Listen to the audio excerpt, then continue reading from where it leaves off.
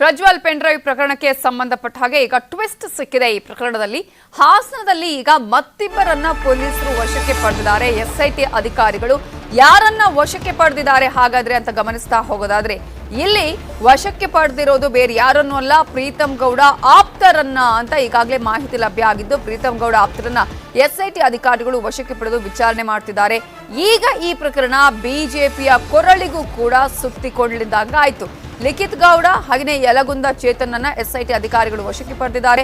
Pen drive ಹಂಚಿಕೆಯ ಆರೋಪದಲ್ಲಿ ವಿಚಾರಣೆಯನ್ನ ಮಾಡ್ತಾ ಇದ್ದಾರೆ. ಚೇತನ್ ಮನೆಯಲ್ಲಿ ಎಸ್ಐಟಿ ಈಗಾಗಲೇ ಮಹಜರನ್ನ ಮಾಡಿದೆ.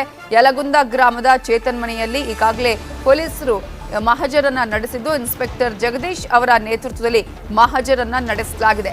ಇನ್ನು ಶ್ರವಣಬೆಳಗೊಳದ ಲಿಖಿತ್ ಮನೆಯಲ್ಲೂ ಕೂಡ ಮಹಜರನ್ನ ಮಾಡಲಾಗಿದೆ. ಪ್ರೀತಮ್ ಗೌಡ ಕಚೇರಿಯಲ್ಲಿ ಚೇತನ್ ಕೆಲಸ ಮಾಡ್ತಾ ಇದ್ದ, ಪ್ರೀತಮ್ ಗೌಡ ಜೊತೆ ಒಡನಾಟವನ್ನ ಕೂಡ ಲಿಖಿತ್ ಗೌಡ ಹೊಂದಿದ್ದ ಅನ್ನುವಂತಹ ಮಾಹಿತಿ ಕೂಡ ಈಗ ಲಭ್ಯ ಆಗ್ತಾ ಇದ್ದು, ಅವರಿಬ್ಬರನ್ನ ವಶಕ್ಕೆ ಪಡೆದು ವಿಚಾರಣೆಯನ್ನ ಮಾಡ್ತಾ ಇದ್ದಾರೆ. ಜೊತೆಗೆ ಇವರಿಬ್ಬರ ಮನೆಯಲ್ಲೂ ಕೂಡ ಈಗಾಗಲೇ ಮಹಜರನ್ನ ನಡೆಸಲಾಗಿದೆ.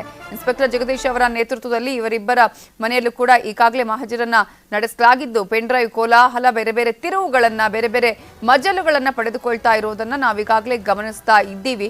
ಆದ್ರೆ ಇಡೀ ಪ್ರಕರಣಕ್ಕೆ ಸಂಬಂಧಪಟ್ಟ ಹಾಗೆ ಬೇರೆ ಬೇರೆ ಆರೋಪಿಗಳ ವಶಕ್ಕೆ ಪಡೆಯುವಂಥದ್ದು, ವಿಚಾರಣೆ ಮಾಡೋದು ಎಲ್ಲವೂ ಕೂಡ ಆಗ್ತಾ ಇದೆ. ಆದ್ರೆ ಈ ಪ್ರಕರಣದಲ್ಲಿ ಪ್ರಜ್ವಲ್ ರೇವಣ್ಣ ಎಲ್ಲಿ ಅನ್ನುವಂತಹ ಹುಡುಕಾಟ ಇನ್ನೂ ಕೂಡ ನಡೀತಾನೆ ಇದೆ. 16 ದಿನ ಕಳೆದಿದೆ, ಇನ್ನೂ ಕೂಡ ಪ್ರಜ್ವಲ್ ರೇವಣ್ಣ ಎಸ್ಐಟಿ ಅಧಿಕಾರಿಗಳ ಕೈಗೆ ಸಿಕ್ಕಿಲ್ಲ, ಬಂಧನಕ್ಕೆ ಒಳಪಡಿಸಲಾಗಿಲ್ಲ, ವಶಕ್ಕೆ ಸಿಕ್ಕಿಲ್ಲ. ಈ ಹಿನ್ನೆಲೆಯಲ್ಲಿ ಆ ಕಡೆ ಆ ರೀತಿಯ ಹೋರಾಟಗಳು, ಅಂದ್ರೆ ಅವರನ್ನು ಹುಡುಕುವಂತಹ ಹೋರಾಟ ಸರ್ಕಸ್ ಆಗ್ತಾ ಇದ್ರೆ, ಇನ್ನೊಂದು ಕಡೆ ಇದೇ ಪ್ರಕರಣಕ್ಕೆ ಸಂಬಂಧಪಟ್ಟ ಹಾಗೆ ಸಾಕಷ್ಟು ರೀತಿಯ ಟ್ವಿಸ್ಟ್ ಮೇಲೆ ಟ್ವಿಸ್ಟ್ ಸಿಗ್ತಾ ಇದೆ. ಇದರ ಬಗ್ಗೆ ಇನ್ನಷ್ಟು ಡೀಟೇಲ್ಸ್ ಅನ್ನ ಕೊಡೋದಕ್ಕೆ ನಮ್ಮ ಹಾಸನ ರಿಪೋರ್ಟರ್ ಕೃಷ್ಣಮೂರ್ತಿ ಈಗ ನೇರ ಸಂಪರ್ಕದಲ್ಲಿ ಜಾಯ್ನ್ ಆಗಿದ್ದಾರೆ. ಕೃಷ್ಣಮೂರ್ತಿ, ಇಡೀ ಪ್ರಕರಣವನ್ನ ಗಮನಿಸಿದ್ರೆ ಬೇರೆ ಬೇರೆ ರೀತಿಯ ಟ್ವಿಸ್ಟ್ಗಳು, ಬೇರೆ ಬೇರೆ ಪಕ್ಷದವರಿಗೂ ಕೂಡ ಇದು ಕೊರಳಿಗೆ ಸುತ್ತಿಕೊಳ್ಳುವಂತಹ ಚಾನ್ಸಸ್ ಇದೆ.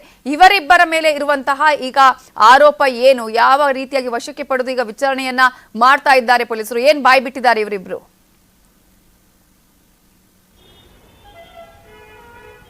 ನವಿತಾ, ಈ ಗಂಭೀರ ಪ್ರಕರಣದಲ್ಲಿ ಎಲ್ಲ ಪಕ್ಷಗಳ ನಾಯಕರ ಮೇಲೂ ಕೂಡ ಒಂದು ಆರೋಪ ಕೇಳಿ ಬಂದಿದ್ದು, ಮತ್ತು ಇದೀಗ ಇವತ್ತು ಹಾಸನದ ಮಾಜಿ ಶಾಸಕ ಬಿಜೆಪಿಯ ಪ್ರೀತಮ್ ಗೌಡ್ರ ಆಪ್ತರು ಎಂಬಂತ ಇಬ್ಬರನ್ನ ಎಸ್ಐಟಿಯ ತಂಡ ತನ್ನ ವಶಕ್ಕೆ ತೆಗೆದುಕೊಂಡು ವಿಚಾರಣೆಯನ್ನು ಕೂಡ ನಡೆಸ್ತಾ ಇದೆ.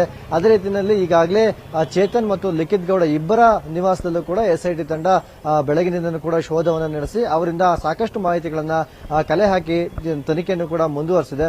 ಈ ಪ್ರಕರಣಕ್ಕೆ ಸಂಬಂಧಿಸಿದಂತೆ ಒಂದು ಕಡೆ ವಿಡಿಯೋವನ್ನ ಹಿಡಿದಿಟ್ಕೊಂಡವ್ರದ್ದು ಎಷ್ಟು ತಪ್ಪಾಗುತ್ತೋ ಅಷ್ಟೇ ರೀತಿಯಲ್ಲಿ ವಿಡಿಯೋವನ್ನ ಸಮಾಜಕ್ಕೆ ಹರಿಬಿಟ್ಟು ಅಲ್ಲಿ ಮಾನಹಾನಿಯನ್ನು ಏನ್ ಮಾಡಿದ್ರು, ಮಹಿಳೆಯರ ಮಾನಹಾನಿಯಾಗಿತ್ತು, ಇದು ಕೂಡ ಅಷ್ಟೇ ತಪ್ಪಾಗಿತ್ತು ಎಂಬಂತ ಚರ್ಚೆ ಹಾಸನದಲ್ಲಿ ನಡೆದಿತ್ತು. ಅದೇ ರೀತಿಯಲ್ಲಿ ವಿಡಿಯೋವನ್ನು ಹರಿಬಿಟ್ಟವರನ್ನ ಕೂಡಲೇ ಬಂಧಿಸಬೇಕು ಅಂತ ಆಗ್ರಹಗಳು ಮತ್ತು ಏನು ಸ್ಟ್ರೈಕ್ಗಳು ಕೂಡ ನಡೆದಿತ್ತು. ಇದೀಗ ಎಸ್ಐಟಿಯ ತಂಡ ತನ್ನ ತನಿಖೆಯನ್ನು ಚುರುಕುಗೊಳಿಸಿದ್ದು ಇಬ್ಬರನ್ನ ಇವತ್ತು ಬಂಧನವನ್ನ ಮಾಡಿದೆ. ಬಂಧನ ಮಾಡಿ ಇವತ್ತು ಬೆಂಗಳೂರಿಗೆ ಎಸ್ಐಟಿಯ ಕಚೇರಿಗೆ ಕೂಡ ಕರ್ಕೊಂಡು ಹೋಗ್ಲಿಕ್ಕೆ ಈಗಾಗಲೇ ಸಿದ್ಧತೆಯನ್ನ ಕೂಡ ನಡೆಸಿದೆ. ಬೆಳಗಿನಿಂದ ಕೂಡ ವಿಚಾರಣೆ ನಡೆಸಿದ ಎಸ್ಐಟಿ ಇದು ಇನ್ನೇನು ಕೆಲವೇ ಹೊತ್ತಿನಲ್ಲಿ ಬೆಂಗಳೂರಿಗೆ ಇವರಿಬ್ಬರನ್ನು ಕೂಡ ಕರ್ಕೊಂಡು ಹೋಗಿ ವಿಚಾರಣೆಯನ್ನ ಕೂಡ ಮುಂದುವರಿಸುವಂತಹ ಸಾಧ್ಯತೆಗಳು ಇರತಕ್ಕಂಥದ್ದು. ಈ ಪ್ರಕರಣವನ್ನು ಗಮನಿಸಿದ್ದೆ ಆದ್ರೆ ಮೊದಲು ಸರ್ಕಾರದ ವಿರುದ್ಧವಾಗಿ ಒಂದು ಆರೋಪ ಕೇಳಿಬಂತು. ವಕೀಲ ದೇವರಾಜೇಗೌಡರು ಡಿಸಿಎಂ ಆಗಿರ್ತಕ್ಕಂಥ ಡಿಕೆ ಶಿವಕುಮಾರ್ ಅವರು ಈ ಎಲ್ಲ ಪ್ರಕರಣಗಳ ಹಿಂದೆ ಇದ್ದಾರೆ ಎಂಬಂತಹ ಅಂಶವನ್ನ ಮತ್ತು ಆರೋಪವನ್ನ ಮಾಡಿದ್ರು. ಅದಾದ ನಂತರದಲ್ಲಿ ದೇವರಾಜೇಗೌಡ್ರೆ ಮತ್ತೊಂದು ಆರೋಪಕ್ಕೆ ಸಿಲುಕಿ ಹಾಕೊಂಡು ನಿನ್ನೆ ಅಷ್ಟೇ ಅವರು ಕೂಡ ಬಂಧನ ಆಗುವಂತಹ ಪ್ರಸಂಗ ಕೂಡ ಎದುರಾಯಿತು. ಇದೀಗ ಮತ್ತೊಂದು ರೀತಿಯಿಂದ ತಿರುವನ್ನು ಪಡ್ಕೊಂಡಿರ್ತಕ್ಕಂತಹ ಈ ಒಂದು ಪ್ರಕರಣದಲ್ಲಿ ಬಿಜೆಪಿಯ ಮಾಜಿ ಶಾಸಕ ಪ್ರೀತಮ್ ಗೌಡ್ರ ಜೊತೆ ಇದ್ದಂತಹ ಇಬ್ಬರು ಲಿಖಿತ್ ಗೌಡ ಮತ್ತು ಚೇತನ್ ಇವಾಗ ವಶಕ್ಕೆ ಎಸ್ಐಟಿ ವಶಕ್ಕೆ ಸಿಲುಕು ಹಾಕಿಕೊಂಡಿರೋದು. ಇನ್ನೆಲ್ಲ ಯಾರು ಈ ಒಂದು ಪ್ರಕರಣದಲ್ಲಿ ಯಾರೆಲ್ಲ ಇದ್ದಾರೆ ಎಂಬಂತಹ ಕುತೂಹಲವನ್ನು ಕೂಡ ಹೆಚ್ಚು ಮಾಡಿರ್ತಕ್ಕಂಥದ್ದು. ಈ ಪ್ರಕರಣದ ಹಿಂದೆ ಐದು ಜನಗಳ ಮೇಲೆ ಈಗಾಗಲೇ ಪ್ರಕರಣ ದಾಖಲಾಗಿ ಅವರಿಗೂ ಕೂಡ ಬೇಲ್ ಅನ್ನ ರಿಜೆಕ್ಟ್ ಮಾಡಿರ್ತಕ್ಕಂಥ ನ್ಯಾಯಾಲಯ ಅವರನ್ನು ಕೂಡ ವಶಕ್ಕೆ ಪಡೆದುಕೊಂಡು ಈಗ ಮುಂದಿನ ತನಿಖೆ ನಡೆಸ್ತಾರೆ ಎಂಬಂತ ಎಲ್ಲಾ ಮಾಹಿತಿಗಳು ಲಭ್ಯ ಆಗಿರ್ತಕ್ಕಂಥದ್ದು. Navitha, okay, thank you Krishnamurthy ಡೀಟೇಲ್ಸ್ಗೆ. ಪ್ರಜ್ವಲ್ ಪೆನ್ ಡ್ರೈವ್ ಕೇಸ್ ಸಿಬಿಐಗೆ ಕೊಡಬೇಕು ಅನ್ನುವಂತಹ ವಿಚಾರದಲ್ಲಿ ಮಾಜಿ ಸಿಎಂ ನಡುವೆ ಜಟಾಪಟಿ ನಡೀತಾ ಇದೆ.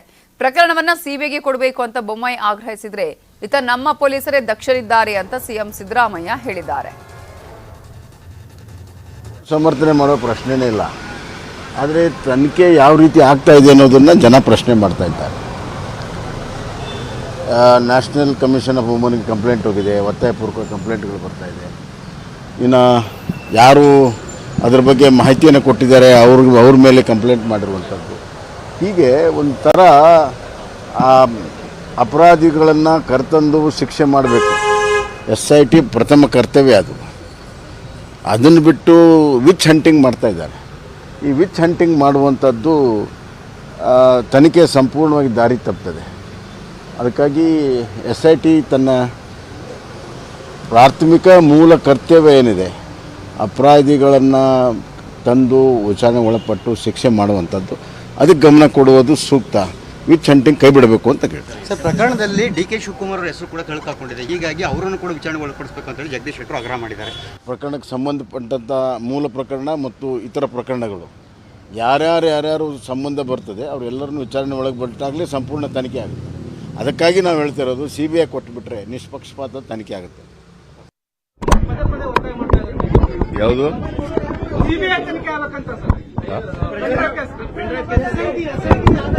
ನಮ್ಮ ಪೊಲೀಸ್ನವ್ರ ಕೈಲಿ ಮಾಡಿಸ್ತಾ ಇದ್ದೀವಿ.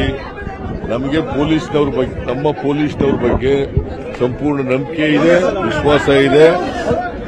ಅವರು ಕೂಡ ದಕ್ಷರಾಗಿದ್ದಾರೆ ನಮ್ಮ ಪೊಲೀಸ್ನವರು. ಅದರಿಂದ ಅವರು ಕೇಳ್ತಕ್ಕಂಥ ಡಿಮ್ಯಾಂಡ್ ಇದೆಯಲ್ಲ, ಅದು ಒಂದು ಕಾಲದಲ್ಲಿ ಏನ್ ಹೇಳಿದ್ರು ಗೊತ್ತಾ ನಿಮಗೆ? ಬಿಜೆಪಿಯವರು ಕರಪ್ಷನ್ ಬ್ಯೂರೋ ಆಫ್ ಇನ್ವೆಸ್ಟಿಗೇಷನ್,